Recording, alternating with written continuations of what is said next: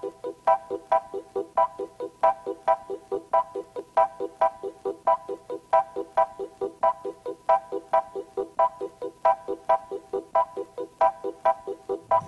action, more excitement, more everything.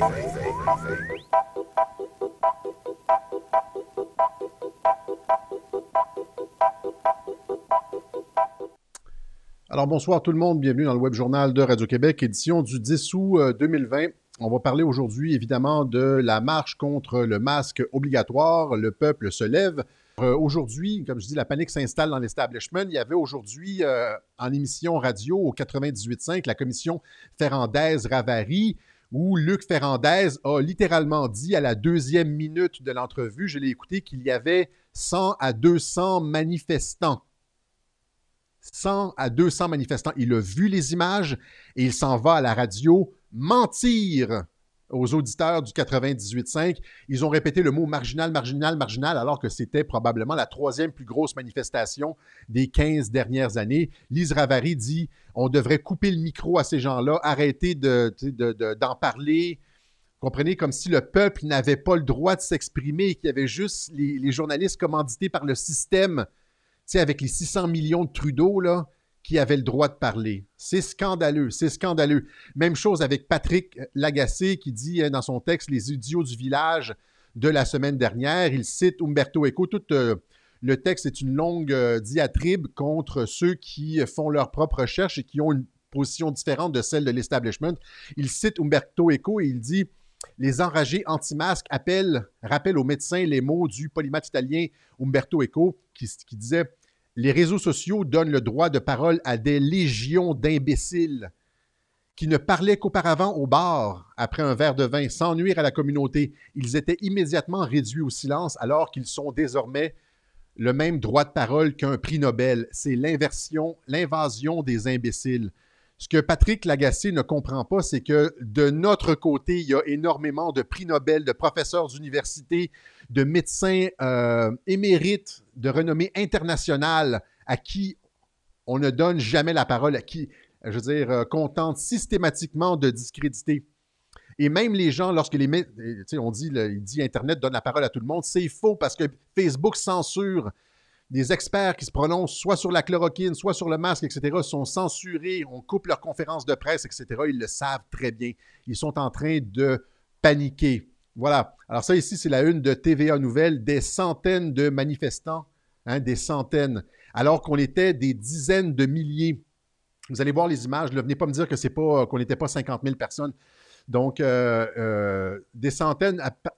Ils nous font passer de 50 000 à 500, à peu près en termes sémantiques. De 50 000 à 500. Donc, ils tentent de vendre à leur public une réduction par un facteur de 100 de notre nombre, en répétant des fous de la conspiration, etc. Ils essayent par tous les moyens de discréditer un peuple qui se lève. OK? Voilà. Alors, je vous montre rapidement. J'ai fait un petit... copier-coller de différentes vidéos que j'ai attrapées à gauche et à droite de la manifestation.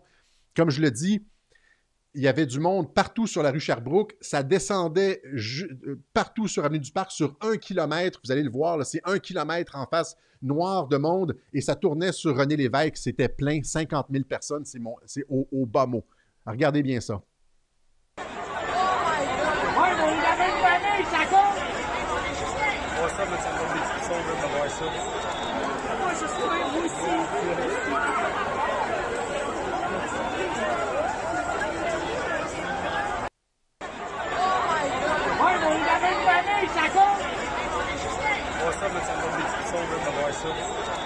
Regardez ça. C'est plein à craquer comme un festival mur à mur de la rue pendant 1 kilomètre. Le centre-ville de Montréal paralysé.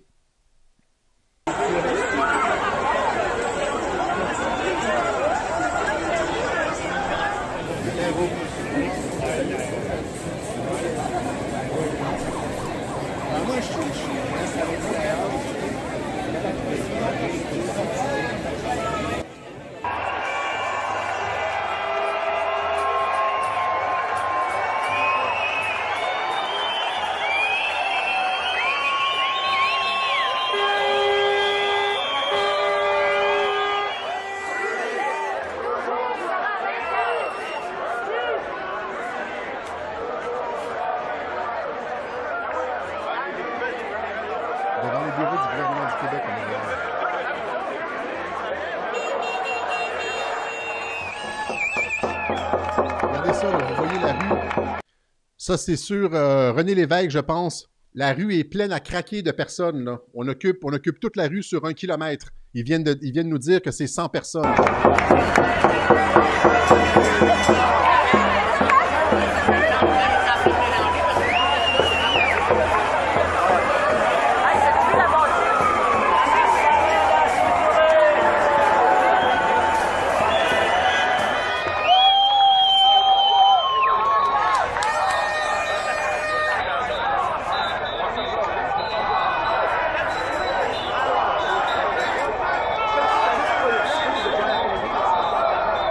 C'est simple, c'était la plus grosse manifestation. Ça a été la plus grosse manifestation anti-masque en Amérique du Nord. Je suis vraiment fier de nous autres. Là. Je ne m'attendais pas à voir autant de personnes que ça. Ça donnait des frissons. Quand on entendait la clameur de la foule, ça faisait dresser les cheveux sur en tout cas, les poils, etc. C'était quelque chose de voir ça. Alors, bravo à tout le monde qui sont présentés. Maintenant, ce qu'il faut savoir, ce qui fait peur à l'establishment, c'est la croissance du mouvement. On était comme genre 7 000 à Québec, 5 à 7 000, mettons, peut-être, je ne dirais pas jusqu'à 10, là, mais en tout cas, dans cet ordre-là.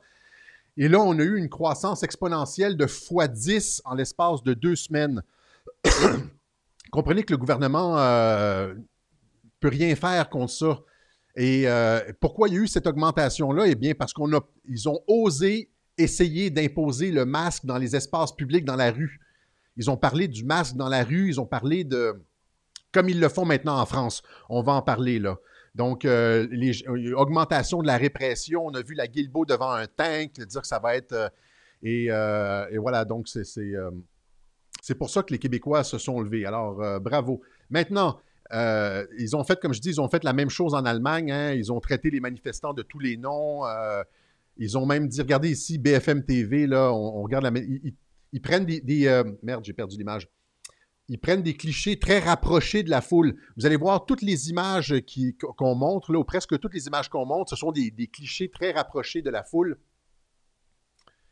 Et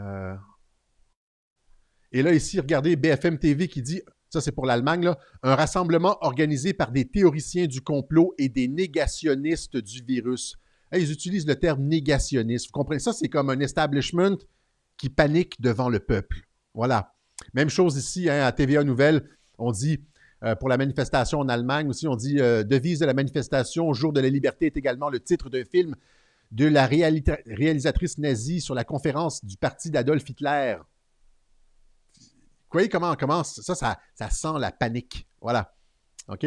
Alors qu'on nous dit 17 000, en Allemagne, on nous dit 17 000 personnes, alors que les espèces de Champs-Élysées allemands là, devant la porte du Brandebourg étaient pleins à craquer. Ça ne tient plus la route, leur histoire, et les gens commencent à se réveiller. Maintenant, qu'est-ce qu'on rejette? On rejette la fausse science qui nous est imposée. Tout ça repose sur de la fausse science. On n'est pas des hurluberlus, comme essaye de le faire croire Patrick Lagacé. Notre propos est sourcé, référencé, appuyé par les plus grands experts en infectiologie, des médecins de partout dans le monde, contrairement à ce que Patrice Lagacé essaie de dire. Ce qu'on rejette, c'est des mesures qui n'ont plus rien à voir avec la réalité du COVID et on nous dit, entre autres, qu'on va devoir s'y faire pendant des années. Bill Gates dit que ça ne sera pas avant la fin 2021. Guilbeault nous dit « Habituez-vous au port du masque ». Pourquoi? Alors qu'il n'y a plus de morts du tout et il n'y a jamais eu de deuxième vague de virus. On nous dit de nous préparer pour les 2-3 prochaines années. Anthony Fauci, lui, qui nous dit hein, que le vaccin ne réussira pas à arrêter l'épidémie. Ça va seulement peut-être nous permettre de la gérer un peu mieux. Ils sont sur là, ils admettent que c'est 2-3 ans. Theresa Tam, la ministre de la Santé du Canada, c'est pas la ministre de la Santé, là, c'est en tout cas celle qui est en pointe sur ça, je me suis trompé là-dessus. Elle dit que ça va être au moins pendant 2-3 ans, même après le vaccin. Alors, quand à Québec, on nous disait le vaccin, on va avoir l'état d'urgence jusqu'au vaccin, alors qu'il n'y a plus de morts, là. Mais en tout cas, ils vont étirer ça jusqu'au vaccin. Là, c'est même plus ça. Ils viennent d'admettre que le vaccin ne réglera rien, qu'on va continuer avec les masques et la distanciation sociale après le vaccin. Depuis quand? Il n'y a aucun cas dans l'histoire de quelques virus, quelques pandémies que ce soit qui a duré 2-3 ans. Même l'épidémie de grippe espagnole en 1918, je veux dire, ça a fait son temps, c'est arrivé en cloche, il n'y a pas eu de deuxième vague, ça a été tout. Il n'y a pas eu de vaccin obligatoire, il n'y a pas eu de masque, il n'y a pas eu de distanciation sociale. Oui, il y a eu des morts, sauf que le virus est parti par lui-même sans l'aide de Bill Gates. Vous comprenez? Un virus, ça s'en va. Un virus a une vie comme tout ce qui existe sur la Terre. Un virus a une vie. Il apparaît, il monte, il croît, il décroît et il disparaît naturellement. Ça n'existe pas un virus permanent. Eux autres essaient de nous faire croire à un virus permanent. Ça n'existe pas. Toutes les épidémies précédentes, même les plus virulentes, se sont terminées par elles-mêmes, sans confinement, sans vaccin, sans distanciation sociale, sans masque. Pourquoi nous impose-t-on un vaccin alors que l'épidémie est terminée? OK?